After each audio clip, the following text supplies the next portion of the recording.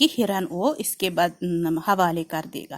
اس جنگل میں ایک ہرن رہتا ہے، تم چاہو تو اس کو مار سکتے ہو۔ اب دیکھو کیا کہا کہ یہاں جنگل میں ایک ہرن ہے، تم اس کو مار دو۔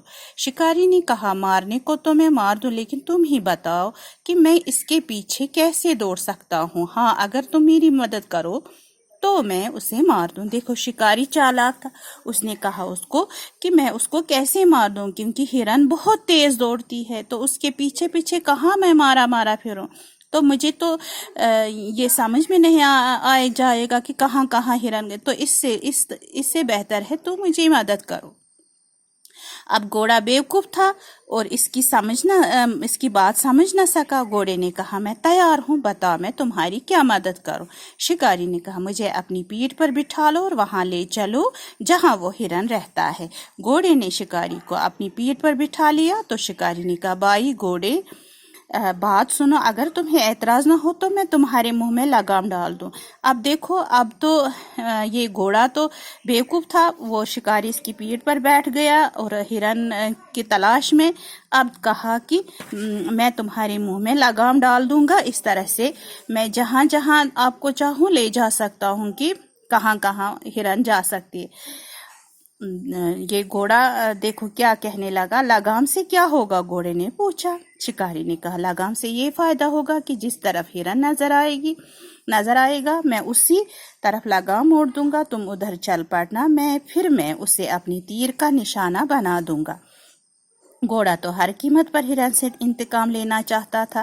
اس نے کہا اچھی بات ہے تو میرے منہ میں لگام ڈال دو۔ تو اس طرح سے دیکھو شکاری نے اس کے منہ میں لگام ڈال دی اور گھوڑا یہ سمجھ ہی نہ بیوقوفی کی، غصے کی حالت میں، بدلہ لینے کی حالت میں وہ خود ہی ایک طرح سے غلام بن گیا شکاری کا اور اپنے آپ کو اس کے حوالے سونپ دیا۔ شکاری نے گھوڑے کے منہ میں لگام ڈال دی اور دونوں ہرن کی تلاش میں نکل پڑے۔ تھوڑی ہی دور گئے تھے کہ ہرن نظر آیا۔ گھوڑے نے کہا یہی وہ ہرن ہے، تم اسے مار ڈالو۔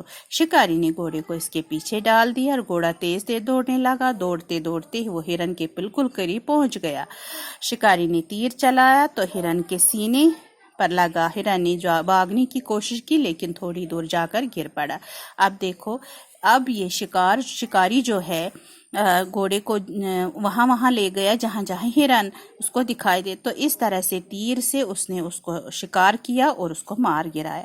اب گھوڑے نے اطمینان کا سانس لیا، اس کو سکون مل گیا گھوڑے کو کہ میرا بدلہ پورا ہو گیا، اس کا دشمن مارا گیا۔ اس نے شکاری سے کہا بھائی شکاری، میں تمہارا احسان مند ہوں کہ تم نے میرے دشمن کا کام تمام کر دیا، اب تم اپنا شکار لے جا سکتے ہو۔ شکاری نے کہا اس میں احسان کی کیا بات ہے، مجھے شکار ملا اور اس کے ساتھ ہی ایک اور فائدہ بھی ہوا۔ دیکھو کیا کہا اس کو کہ گھوڑے نے پوچھا وہ کیا؟ شکاری نے کہا مجھے پہلے نہیں معلوم تھا کہ تم اتنے کارآمد یعنی فائدہ مند ہو، اب یہ پتا چلا کہ تم بڑے کام کی چیز ہو۔ یہ کہہ کر اس نے لگام کھینچی۔ گھوڑا بیچارہ بے بس ہو گیا، کرتا تو کیا کرتا۔ شکاری گھوڑے کو بستی میں لے آیا، وہ دن اور آج کا دن گھوڑے کے منہ سے لگام نہیں نکلی، اور گھوڑے کا کام یہ ہے کہ وہ آدمی کو اپنی پیٹھ پر بٹھائے پھرتا ہے، اسی لیے تو کہتے ہیں کہ آپس میں لڑنا جھگڑنا ٹھیک نہیں۔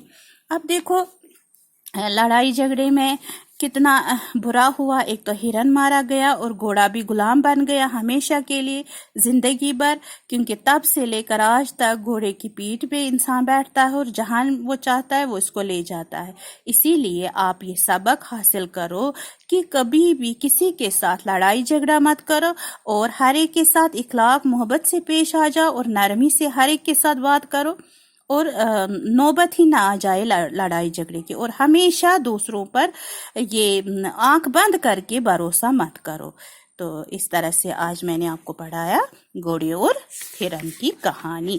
تو آج اتنا ہی، باقی انشاءاللہ آگے۔